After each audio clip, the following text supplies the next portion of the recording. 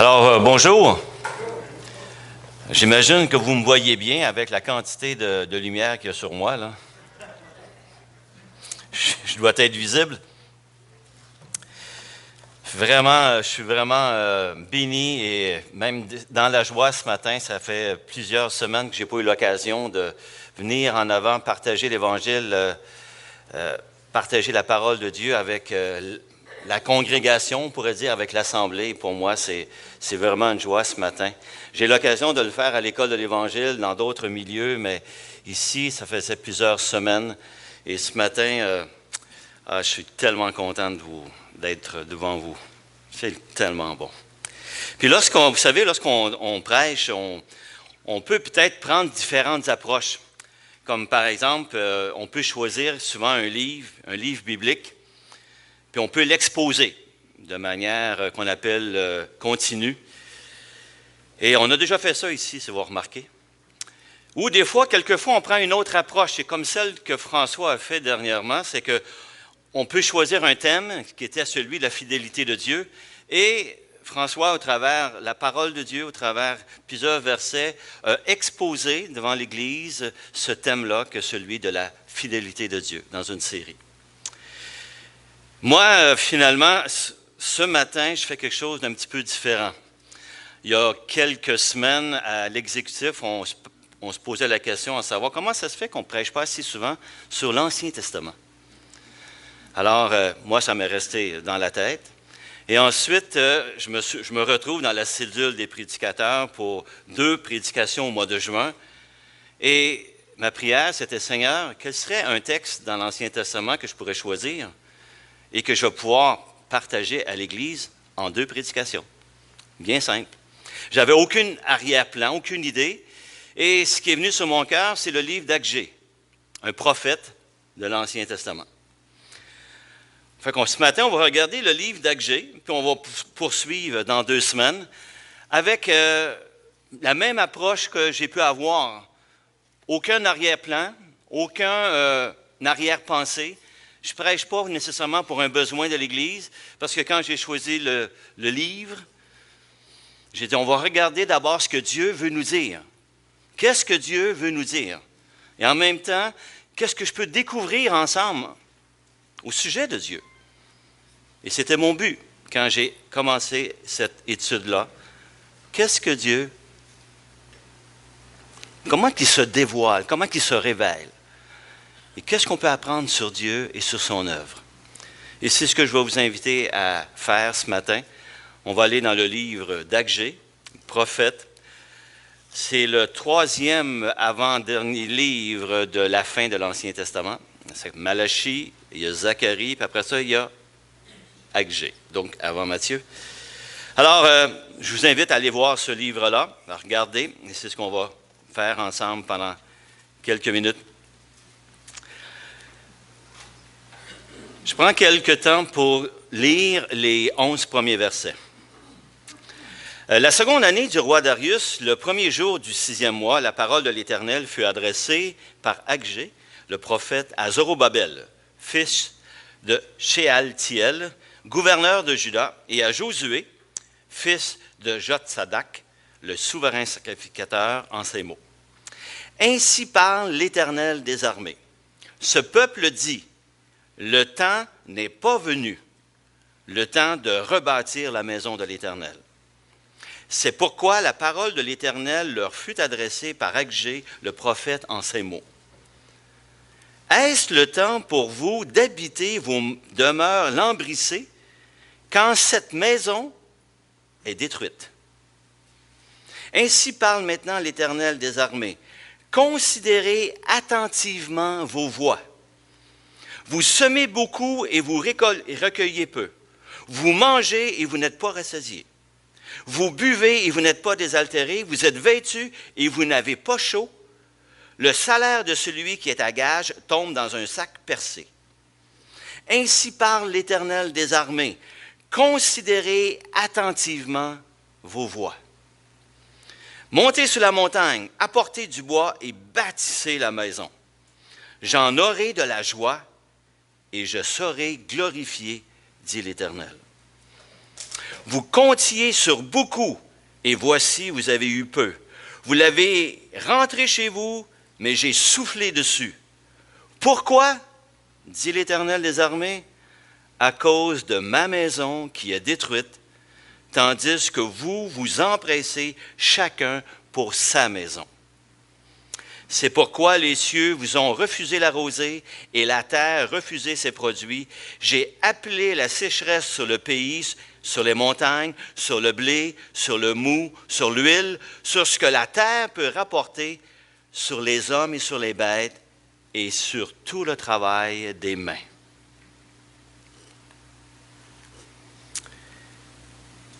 On va regarder ce livre-là pour ce matin, pour ce texte, en se demandant, en demandant à Dieu, fais que l'on puisse être nourri par ta parole ce matin. Fais que l'on puisse être instruit par ce que tu vas nous dire. Fais que tu puisses nous corriger parce qu'on voit que la parole de Dieu, elle est utile pour corriger. Afin de mieux te connaître, de nous encourager tous à faire de ce qu'on va faire ce matin quelque chose qui est habituel dans nos vies, de prendre la parole de Dieu et de la laisser nous parler. C'est ce que je veux faire ensemble. Quelques faits historiques par rapport à ce texte-là. Dieu a fait alliance avec son peuple. On le voit dans l'Ancien Testament. Et les clauses de l'alliance stipulaient que si le peuple manquait à ses responsabilités dans l'alliance, il serait déporté. On voit ça dans Lévitique, dans Deutéronome. Et après 400 ans d'infidélité de la part du peuple, après 400 ans, entre autres, il y a eu des messages de plusieurs prophètes qui ont averti le peuple de revenir à Dieu. Israël a quand même été déporté en Babylonie et ça a duré pendant 70 ans. Ils ont été enlevés, envoyés dans un autre pays. Ce qu'on appelle l'exil. Cyrus, roi de Perse, bat les Babyloniens, on est en moins 538, et il autorise les Israélites à retourner à Jérusalem. Et là, ils reconstruisent le temple. Et on voit ça dans le livre d'Esdras, en moins 536. Ils ont commencé à reconstruire le temple, et il y a de l'opposition, et finalement, ils abandonnent. Et pendant 16 ans, le temple est resté complètement encore en ruine pendant plusieurs années. Et dans le livre d'Esdras, on voit bien que l'Éternel suscite deux prophètes, Agé et Zacharie, qui viennent encourager le peuple à achever la construction du temple. C'est le contexte. Et effectivement, les travaux ont repris en moins 520 et se sont terminés en moins 516, 4 ans par après. On vient juste de lire le livre d'Agé. Le livre d'Agé, c'est 4 messages prophétiques que le prophète a donnés sur une période de 16 semaines. Et nous, ce matin, on va regarder le premier message, celui qu'il donne au peuple. Remarquez que le message s'adresse à Zorobabel, qui est le gouverneur. Le message s'adresse à Josué, qui est le souverain sacrificateur, les deux autorités en Juda dans ce temps-là, l'autorité religieuse puis l'autorité civile, et à tout le peuple qui est revenu de captivité. Ceux qui sont là, ça fait 16 ans qu'ils sont là, entre autres. Et le temple ou la maison de l'Éternel n'est pas reconstruite. Regardez le point de vue du peuple. Le point de vue du peuple dit, c'est pas le temps.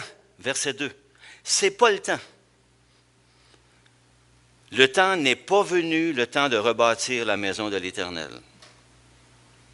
Est-ce que, puis si on remarque, ça contredit ce que Dieu dit? Parce que Dieu dit au verset 4 que c'est le temps. Mais eux disaient que ce n'était pas le temps.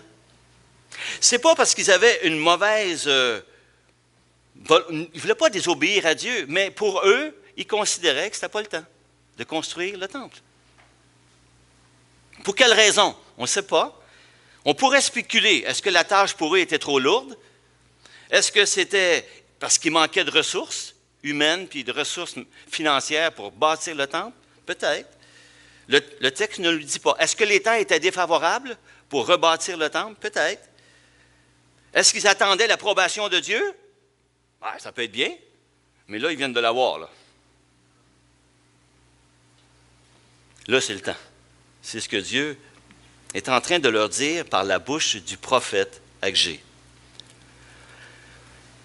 Mais pendant les 16 ans, ils ont eu le temps, entre autres, de bâtir leur maison, ce qui est tout à fait normal quand tu reviens dans un pays complètement dévasté. Imaginez que lorsqu'ils sont revenus après l'exil, à quoi ça devait ressembler en Israël ou en Judée? Ça devait ressembler à ce que les gens de Fort McMurray ont vécu dans les quelques dernières semaines lorsqu'ils sont revenus chez eux après que le feu a passé. Complètement dévastés, y compris le temple. Mais là, ça faisait 16 ans qu'ils étaient là, dans un milieu dévasté. Ils se sont bâtis des belles maisons lambrissées. Le texte dit bien lambrissées. Lambrissées, ça veut dire des maisons avec des panneaux de bois sur les murs et sur les plafonds. C'est ce qu'on appelle des maisons riches. Des maisons richement décorées. Dieu ne leur fait pas de reproches, si vous remarquez, sur le luxe de leur maison. Vous remarquez, il ne fait pas de reproches là-dessus.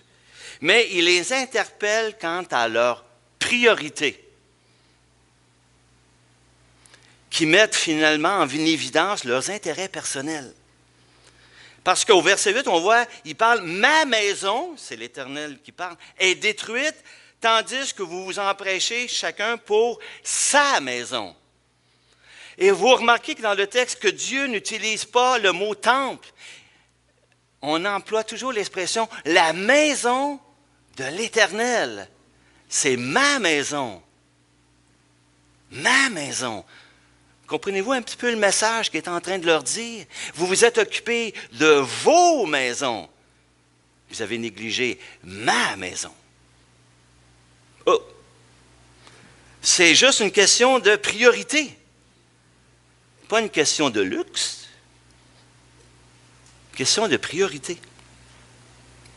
Vous savez que quand on prend Agé 1, dans le monde évangélique, surtout le monde nord-américain ou le monde occidental, lorsque une église a un projet de bâtir leur bâtiment, là, un projet de construire, souvent des pasteurs vont utiliser Agé 1 pour motiver leur congrégation à prendre leur argent et de l'investir dans la construction de leur bâtiment. Pas tout à fait bon. Parce que l'auteur, ce n'était pas son objectif. C'est pas ça qu'il disait, lui. Agé, pensez-vous qu'Agé, à un moment, il disait, dans quelques années, en Amérique, là, les gens vont vouloir bâtir leur église, puis là, je vais envoyer un message au peuple pour indiquer qu'il faut qu'ils mettent leur argent dans des bâtiments et non pas dans leur maison. Non, le texte n'a pas été écrit pour ça. Dieu a interpellé son peuple sur ses priorités, les bonnes priorités, à ce moment-ci. Ce n'est pas un reproche. Ce n'est pas un reproche que Dieu. Parce que Dieu leur dit, verset 5, au travers le prophète, « Considérez attentivement vos voies. » Quand tu reçois ça comme de la part de Dieu, ce n'est pas un reproche. Ça veut dire, réfléchissez profondément. La traduction de l'hébreu à aujourd'hui, réfléchissez profondément à vos façons de faire. Oui, mais réfléchir à quoi? Les versets 5 à 7, c'est l'objet de leur réflexion. Remarquez qu'est-ce qui s'est passé pendant les 16 dernières années. Vous avez essayé de subvenir à vos besoins, puis vous n'avez pas été comblés. Oh, c'est ça qu'il leur demande. Réfléchissez. Regardez ce qui s'est passé pendant les 16 dernières années. Vous avez voulu subvenir à vos besoins, puis ça n'a pas marché. Et même l'Éternel indique, à partir du verset 9, que c'est lui qui a fait en sorte que ça ne marche pas. Verset 9. Vous comptiez sur beaucoup, et voici, vous avez eu peu. Vous l'avez rentré chez vous, mais j'ai soufflé dessus. C'est Dieu qui s'est arrangé pour pas que ça marche pendant 16 ans. Oh! Et pourquoi que Dieu a fait ça? Le texte est très clair. À cause de ma maison qui est détruite, tandis que vous vous en prêchez chacun pour sa maison. Oh! Au lieu de l'abondance, ces gens-là ont vécu pendant 16 ans dans la privation. Au lieu de la prospérité, ce fut la dépression économique. Mais si vous remarquez, malgré tout ça, ils se sont bâtis des belles maisons pareilles. Hein? Au lieu de la joie, ce fut l'anxiété. Puis Dieu leur dit pourquoi ça a été comme ça. C'est parce qu'ils se sont occupés finalement de la mauvaise maison. Ils ne se sont pas occupés de la bonne maison. Ils se sont occupés de la mauvaise maison. Il est en train de leur dire, considérez attentivement vos voies. Réfléchissez profondément à vos façons de faire. Oh. Donc, tout ce temps de souffrance, de disette, de difficulté, ces 16 années, il est en train de leur dire, réfléchissez à ça.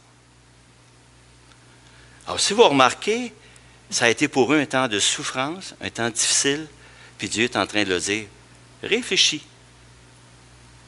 Puis il ne parle pas juste à un individu, il parle à tout le peuple.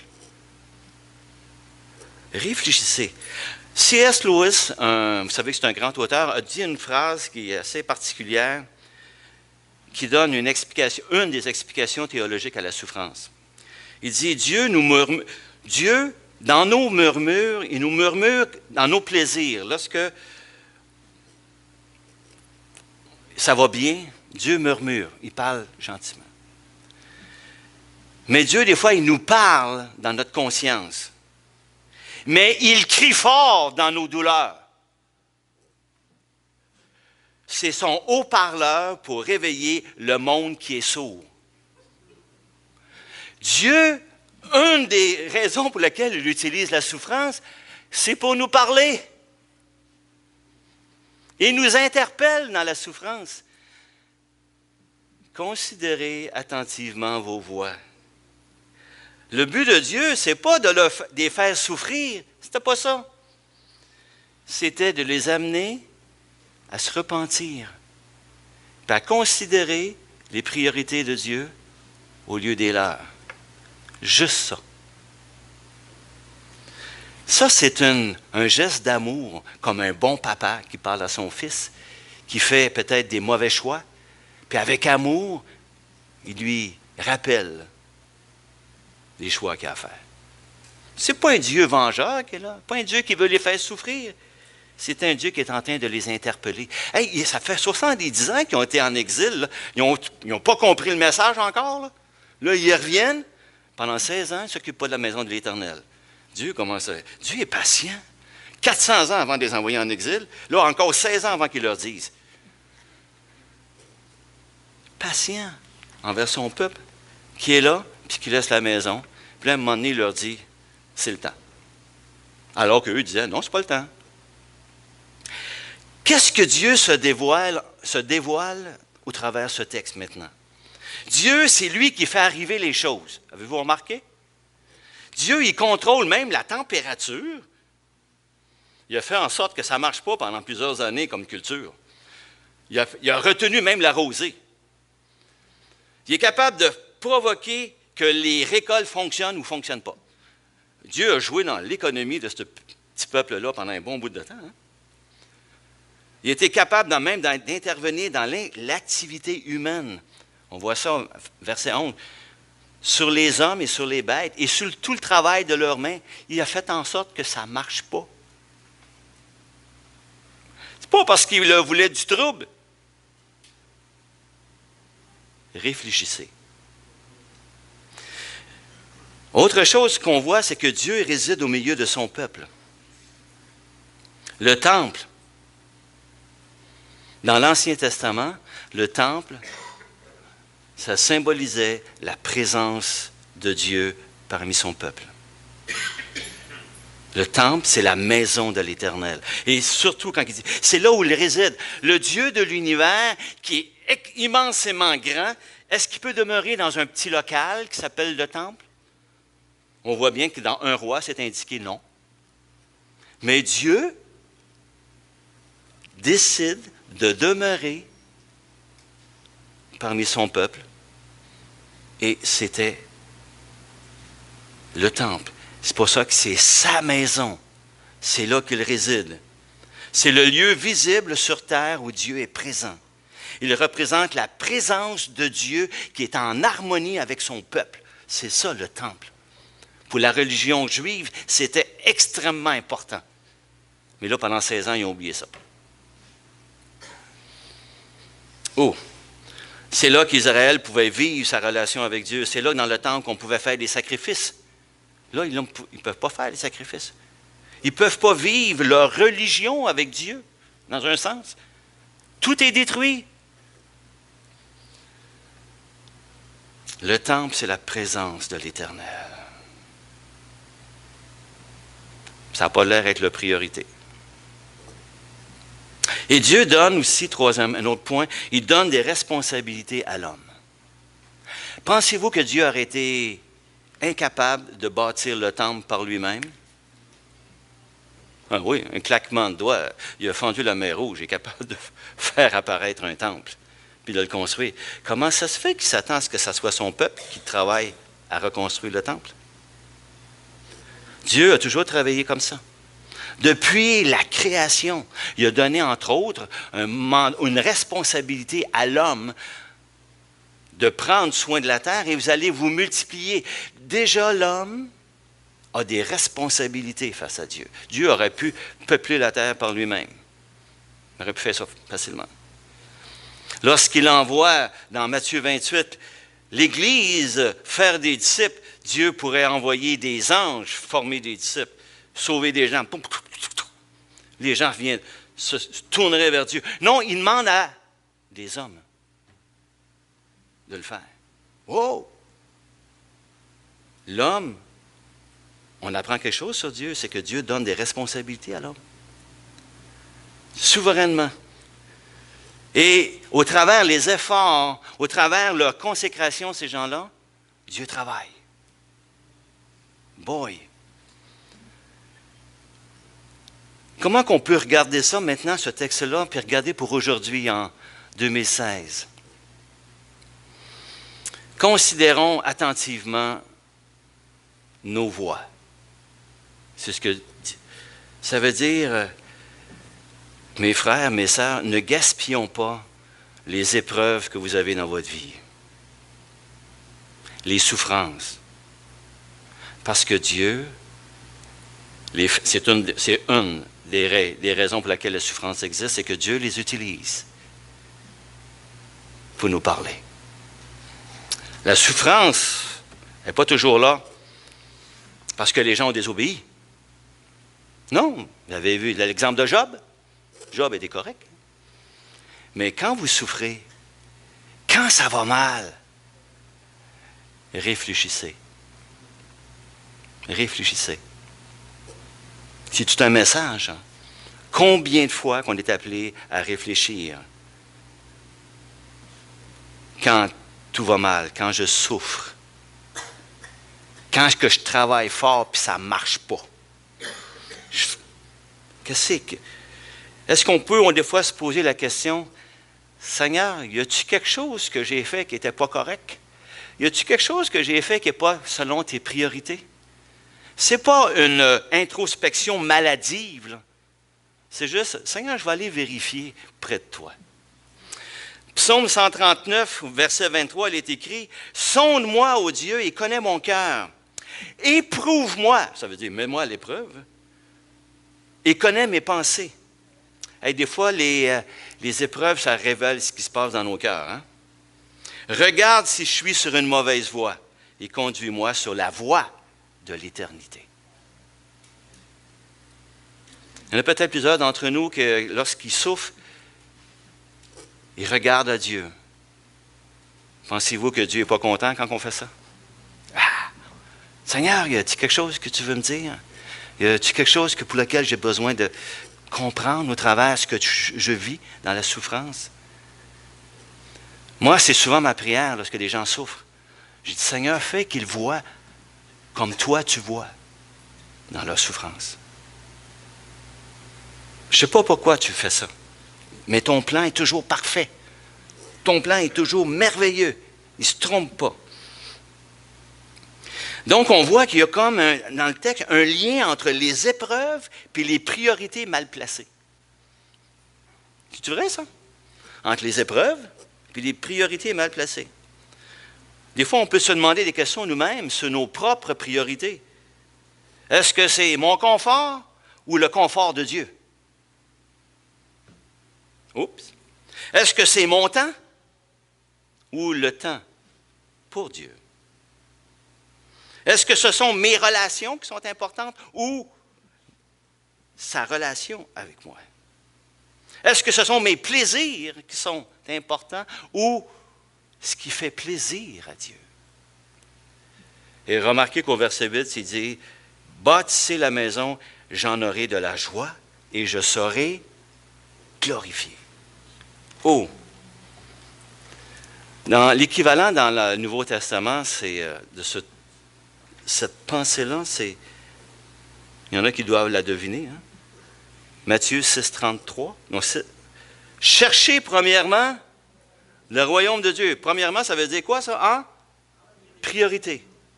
Et la justice de Dieu. Toutes ces choses, dans le texte avant, là, toutes ces choses, c'est nourriture, boisson, vêtements. Vous seront donnés par-dessus. Hey, qu'est-ce que Dieu est en train de nous dire? Moi, je vais m'occuper de tes vêtements, de ta nourriture, de ton logement, m'occuper de tout ça. Et puis, vous savez, c'est quelqu'un qui est le mieux outillé pour s'occuper de mes propres besoins. C'est qui? Dieu.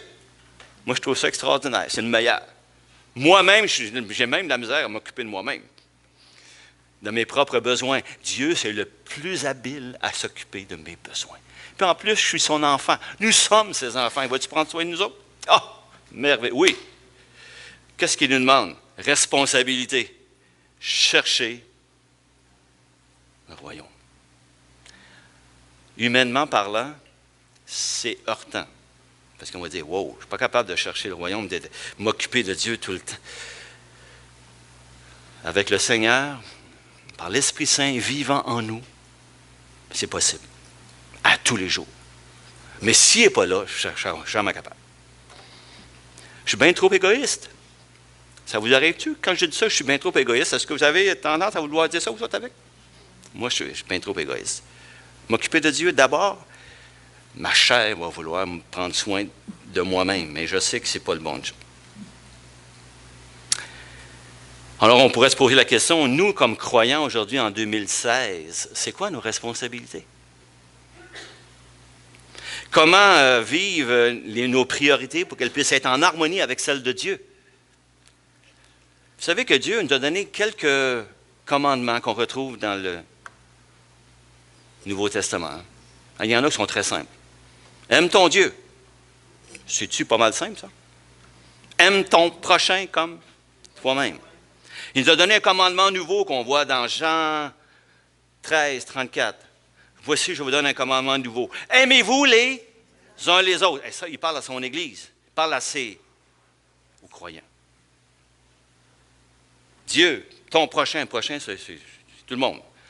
Et en plus, il fait une spécification. Aimez-vous les uns les autres. Puis, à la fin de Matthieu 28, il dit, allez, faites de toutes les nations des disciples. On a déjà assez comme responsabilité, là? On va passer notre vie à s'occuper de ça. C'est juste ça. Hey, pensez-y. L'opération J'aime mon voisin, c'est j'aime mon voisin. Le deuxième commandement. En faisant ça, on aime Dieu. Oui. C'est ce qu'on va faire. Et je vais vous laisser la lecture du texte de 12 à 16 où on voit comment que le peuple a réagi. Le peuple rapido, s'est mis à construire le temple. Ça a pris 23 jours après. Le 23 jours, c'est à peu près le temps que ça prend pour ramasser tous les cossins, les gogos, puis comme on dit, monter le plan, puis aller chercher le bois dans la montagne. Puis à un moment donné, 23 jours après, ils ont commencé la reconstruction. Agé, c'est un prophète qui a eu du succès. Dans l'Ancien Testament, c'est le seul prophète qui, après un message, les gens se repentent, puis font exactement ce que Dieu dit. C'est le seul. Il y avait juste Jonas, qui lui a fait un message. Qui s'est repenti? Des non-croyants, des païens, des Ninivites. Mais Agé, c'est le seul prophète qui a eu du succès. Hey, Jérémie aurait aimé ça. Jérémie a prêché pendant 40 ans, il ne s'est rien passé. Agé, lui, pouf! Dieu a travaillé de cette façon, avec Agé. Et on peut peut-être... et je termine avec cette image. Et je ne savais pas comment terminer ce message-ci, mais là, je vais le terminer de cette façon, parce que ce matin, à 3 ou 4 heures du matin, le Seigneur m'a rappelé une chose que j'ai vécue. Et je crois que c'était approprié que je puisse vous l'apporter. C'est un événement que je ne me rappelais plus. En 2012, lorsque j'étais en République dominicaine, à un moment donné, en vacances, j'appelle ça sur gracieuseté, à un moment donné, d'une bonne partie de mon frère Serge. À un moment donné, je me retrouve dans un hôtel à Santo Domingo, puis ma chérie, elle était en train de prendre une sieste dans l'après-midi. Moi, je descends en bas dans la hall d'entrée, puis je suis en train de lire un livre sur John Piper. En vacances, donc j'aime ça lire. Puis je suis là, puis je suis assis, je lis un livre sur John Piper. Puis en face, il y a quelqu'un qui vient s'asseoir. Puis il parle en anglais. Ah, il dit, vous lisez du John Piper? À Santo Domingo, à peu près à plusieurs milliers de kilomètres de chez nous, quelqu'un qui me parle de John Piper en vacances, c'est ouh! Fait que, je dis, oui. Puis là, le jeune est peut-être à peu près 30-35 ans. Puis là, il commence à me dire qu'il est un pasteur à Kansas City. Il est le directeur de la louange ou le worship leader à son église. Puis là, on commence à jaser. Puis là, je vois qu'il va dans une église baptiste. Hey, wow, baptiste, hey, on commence à jaser, c'est le fun. Et puis là, il me dit, puis moi, je commence à lui raconter que la semaine d'avant, j'avais rencontré quelqu'un qui s'appelait Raphaël, un leader d'une église pentecôtiste en République dominicaine. J'avais été à son église. Je lui raconte toutes ces choses-là. Puis je lui ai dit, il me semble que je vois beaucoup d'églises pentecôtistes qui s'occupent des pauvres. Savez-vous ce qu'il me répond? Il dit, moi, je suis dans la ville de Kansas City. Puis nous, on vit un problème qui est le suivant. On s'aperçoit que les baptistes, on investit notre temps du côté des riches, dans des beaux quartiers de la ville. On partage l'Évangile juste à eux. Puis là, il me dit, savez-vous ce qu'on a fait? Il dit, ensemble en Église, on a décidé de vendre notre bâtiment d'Église. J'en revenais pas quand il me parlait comme ça. Vendre notre bâtiment d'Église. Puis on était s'installer au centre-ville de Kansas City. On a juste loué un local pour l'Église. Puis on a vécu la mission. Ils ont vécu, j'aime mon voisin, 24 heures sur 24. Ils ont vécu la mission. Ça m'a rappelé les priorités. C'était quoi les priorités pour eux? Pour eux, c'était beau bâtiment, une belle église, on parle de sharp, le monde correct, cute. Ça a l'air que la priorité de Dieu, c'est pas ça.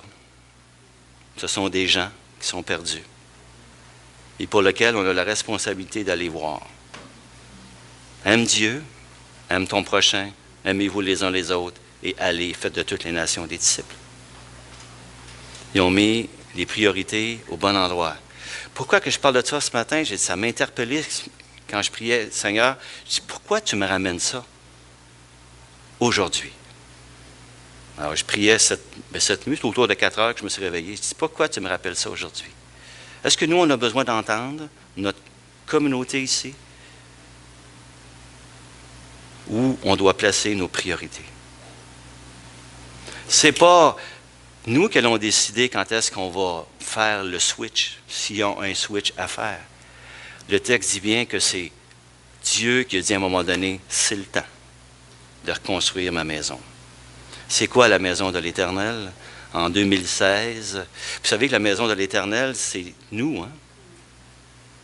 La maison spirituelle, remplie de l'Esprit, là où l'Esprit de Dieu réside, et réside où? Dans la communauté des croyants. C'est nous. C'est nous la maison, c'est nous le temple de Dieu, sur terre, visible, que les gens voient. Nous qui sommes en train d'adorer Dieu, on est en train de pointer vers Dieu constamment. C'est nous, c'est notre responsabilité sur terre. Est-ce que c'est notre priorité? C'est notre priorité. Je vais inviter François, parce qu'on s'était entendu. Je ne savais pas comment je pour finir le message, mais j'avais dit à François cette semaine, j'ai dit, on ne finira pas par un chant, je vais te demander de venir prier. Il ne savait pas comment je pour finir, puis moi non plus. Fait que là, il sait comment on va prier. On ne sait pas, mais Dieu va nous diriger. Je ne vais pas prier. Pas prier? Non. Je vais juste ramener un point super important de tout le texte qu'on vient de lire. Oui, puis c'est bien, rappelle-là. En fait, ce que je veux apporter, c'est que tout l'aspect du temple dans le livre d'Agé représente l'identité du peuple. Et que Jésus, Dieu voulait juste simplement rétablir l'identité du peuple. « Hey, vous êtes mon peuple. Et l'identité du peuple était reliée directement à qui ils adoraient. Et Dieu a dit, hey, rebâtissez le temple. Et vous allez voir, ceux que vous êtes reliés à l'identité, vous êtes mes adorateurs, bien, tout ce que vous allez faire va être béni parce que ça va être moi qui vais le faire parce que vous êtes mes adorateurs. Puis aujourd'hui encore, par Jésus-Christ, c'est quoi notre identité? On est des enfants de Dieu. Nous sommes le temple de Dieu maintenant. Nous sommes l'habitation. Nous sommes consacrés. Nous sommes les enfants de Dieu appartenant à Jésus-Christ et que lui, il fait sa vie au travers de nous. Donc, tout ce qui est responsabilité maintenant se fait par la personne de Jésus-Christ. Et je voulais juste que vous saisissiez ça aujourd'hui. Je pense que le point central du texte, c'est vraiment l'identité du peuple d'Israël qui appartient à Dieu. Et Dieu veut rétablir son identité. Et nous, sachant qui on est en Christ, bien, on va marcher dans ses œuvres parce qu'il dit dans Matthieu 28, « Voici, je suis avec vous tous les jours jusqu'à la fin du monde. » Donc, c'est vraiment par la puissance de Christ, par la puissance de l'Évangile, et tout se fait là. Et je veux juste louer Dieu. Ouais. Seigneur Jésus, merci de cette nouvelle identité que tu nous as donnée en toi. Oh, oui, merci de ce que maintenant, tu es notre vie. Paul dit, Christ est ma vie. Seigneur, on est ce gant vide-là, habité par toi. On est animé par toi. Et Seigneur Dieu, de nous de marcher par la foi, Seigneur. Comme le peuple d'Israël, un coup que leur identité a été rétablie, Seigneur, tu étais avec eux, Seigneur. Tu as construit pour eux, tu as travaillé pour eux. Les champs poussaient, Seigneur. Et maintenant, Seigneur, on met notre foi en toi pour qu'au travers de nous, les champs puissent pousser aussi, pour ta gloire à toi, Seigneur. Amen.